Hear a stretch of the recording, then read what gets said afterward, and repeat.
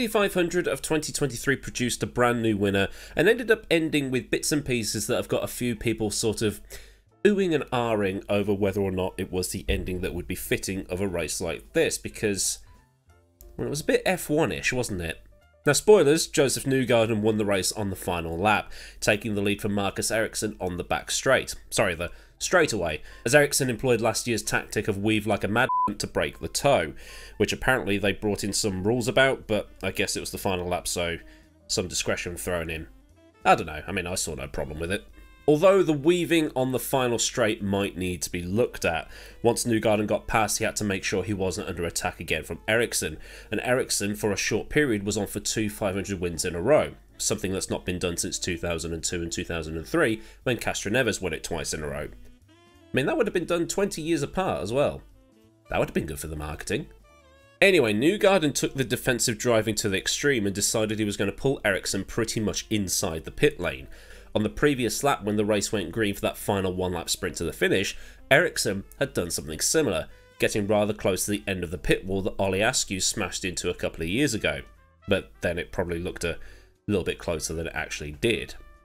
I guess that's going to open up discussions on whether or not you can use that particular portion of the track. At what point do you determine what is and is not allowed in these kinds of situations? There will probably be mitigating factors, such as it being the last lap and things like that, but there is the possibility of this happening while another car is slowing up for the pit lane. Alright, you can see the car ahead, but when you're travelling that fast, watching mirrors, battling and so on, you might start something in the heat of the moment that could go wrong. Now, obvious disclaimer here that I might be overthinking this. I'm not an oval expert. I'm not an Indy 500 expert. I'm just a guy who enjoys watching cars of all descriptions going around a track. I might also be too used to rulebooks used in Europe and it just might be a cultural thing. Do that at Monza, you might get pulled up for it. I'm not sure how it works in America. But since they come off that fourth bend at, what, 210? Newgarden and Ericsson would have been in the 220 region, or 220 plus region, when Newgarden used Ericsson's 2022 tactic against him. I'm not going to deny it looked cool, using all the track and then some. A bit like when Mick Foley was thrown off the top of the cell by The Undertaker in 1998. Vince McMahon told Mick Foley, yeah, that was pretty epic, but don't do it again. And the reason for that one-lap sprint was the culmination of several cautions and red flags deployed within the last 20 laps. It started when Felix Rosenqvist clonked the wall and spun out of control, only to be hit by Kyle Kirkwood, who flipped upside down, and then rode the wall like it was in a Tony Hawk Pro Skater game, and the rear left wheel sent into the next postcode. I know there's the memes of the Michelins at Indianapolis in 2005, but at least they stayed inside the atmosphere. That tyre's up there with Harry Kane's penalty from the World Cup. The tyre hit a Chevy Cruze in the car park and luckily nobody was injured, although absolute banter if they cut to an advert for Allstate afterwards. Because you can't escape the adverts, can you? Has your car been hit by an unidentified flying object while you're enjoying the big sports event? Concerned that you won't get given the time of day? At Allstate, we're committed to giving you the peace of mind that other insurance companies can't give. The best things in life aren't free, and some habits, they're pretty expensive. It doesn't cost much to protect your loved ones and your property. Because after all, mayhem is everywhere.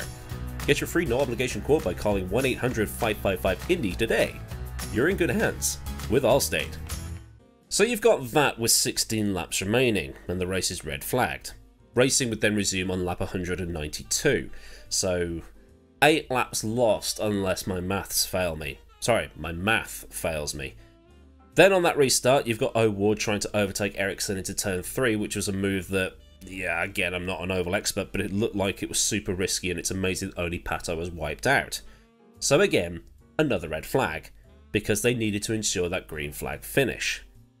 It's something that's been happening a few times now in Formula 1. As recently the Australian Grand Prix, when a couple of laps to go, the race is red flagged to set up that 1 or 2 lap sprint to the finish, because for the show. And the Indy 500 is quite adamant that it runs to the advertised distance and only to the advertised distance with no overtime like they have in NASCAR. Races have ended behind the safety car in the past, but on this occasion they've gone, well, there's 6 laps left. You might as well stop it and then we can have as many green flag laps to the finish. That I agree with. But when the race got going again, there was a restart pile-up straight out of the iRacing playbook. Red flag again. 4 to go at this point. Now on one hand, you've got 4 to go. Stopping the race to get a handful of green flag laps seems like an okay thing to do. but any full caution laps you have before that red flag comes out eats into those laps remaining. So 4 suddenly becomes 3. Then you've got to get the race restarted. That then becomes 2 or even 1, as we saw in this case. And they're not freezing the laps until they go, right, we're going to resume from this point. So looking back on it now, it's a very difficult balancing act because you're pretty much on the edge of getting a green flag finish within the 200 laps of the race. A lap later, yes, yellow finish, like when Franchitti won. A lap earlier, you can get away with it because you'll have the 2-lap sprint. I guess the issue is, ensuring a green flag finish for the show seems to be the way motorsport is going, because they need the paying fans to get their money's worth, and they need the people on TV to be able to enjoy themselves, I guess.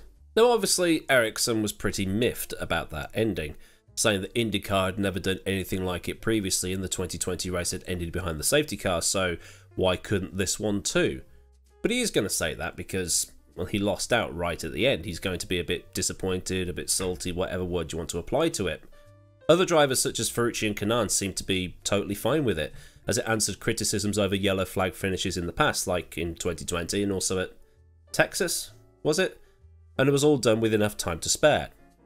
Like I said, it didn't seem to just be a make it up as we go along 1-lap or 2-lap restart like we've been seeing in Formula 1. It happened at Australia only to end up as a finish behind the safety car anyway. Great job. But what I did find funny as well was the conspiracy theories coming out afterwards. Rigged for Penske, rigged for the American to win, rigged because there's no way the Indy 500 could have a European win 2 years in a row. The shots fired at each other between F1 fans and IndyCar fans, only to realise that, well, maybe they're actually a lot more similar than either side thinks. Now, in case you haven't worked out by now, I'm English. I'm also really into my football. I'm a long-suffering Walsall and England supporter that's seen more boring 0-0 draws than I've had hot dinners. So I guess I'm used to things being, what's the word? Anticlimactic? So again, I guess it's just a culture thing. I'm used to seeing boring draws. I'm also a Formula 1 fan. Americans don't do draws. Well, tie games. But now there's been almost 24 hours to cool off and rewatch bits and pieces. It was probably the best way to do it. Even if the last 20 laps is all people will talk about because, well, the rest of it was pretty damn competitive. And to see Joseph Newgarden win it is also pretty cool. He's a driver I quite like. He's got a good personality. I just bet on the wrong one of the bus bros.